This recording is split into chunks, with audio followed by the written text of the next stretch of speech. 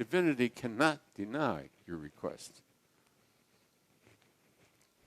First of all, you cannot die. There is no such thing as death.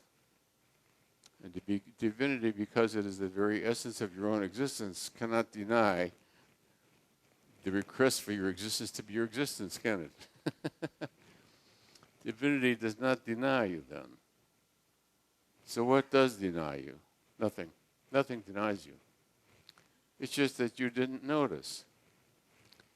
You didn't notice that underneath the listening mind sitting in these chairs, all that's sitting in these chairs are imbeciles. Ignore them. They're listening for truth. Shut up.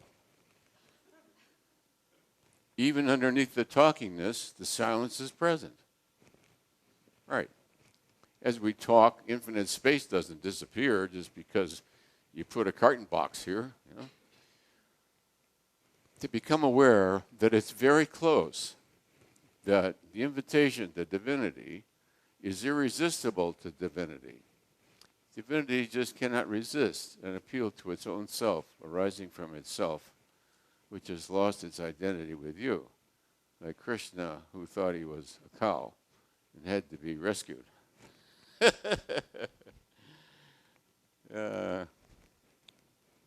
The dance of Shiva, you're all familiar with the dance of Shiva, you know, that what you think is depends on how you look at it, and if you look at it this way, it appears to be something else.